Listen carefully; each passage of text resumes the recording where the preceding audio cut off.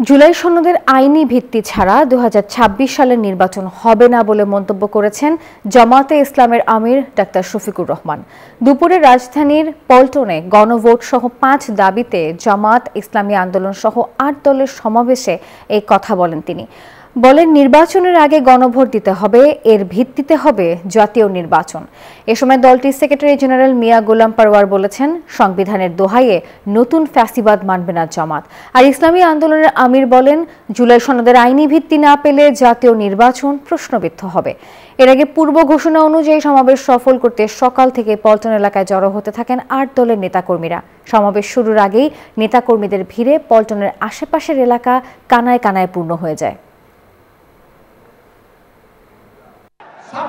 নির্বাচন দেখতে হলে আগে জুলাই বিপ্লবের স্বীকৃতি লাগবে, আর জুলাই বিপ্লবের স্বীকৃতি দিতে হলে জুলাই সনদের আইনি ভিত্তি দিতেই হবে। এই আইনি ভিত্তি ছাড়া কোন নির্বাচন অনুষ্ঠান হওয়ার কোন সম্ভাবনা নেই। সংবিধানের অনেক সংস্কার হয়েছে, দলের প্রধান সরকার প্রধান এক থাকবে না। সাংবিধানিক পদগুলোতে পৃথক অ্যাপয়েন্টিং অথরিটি হবে।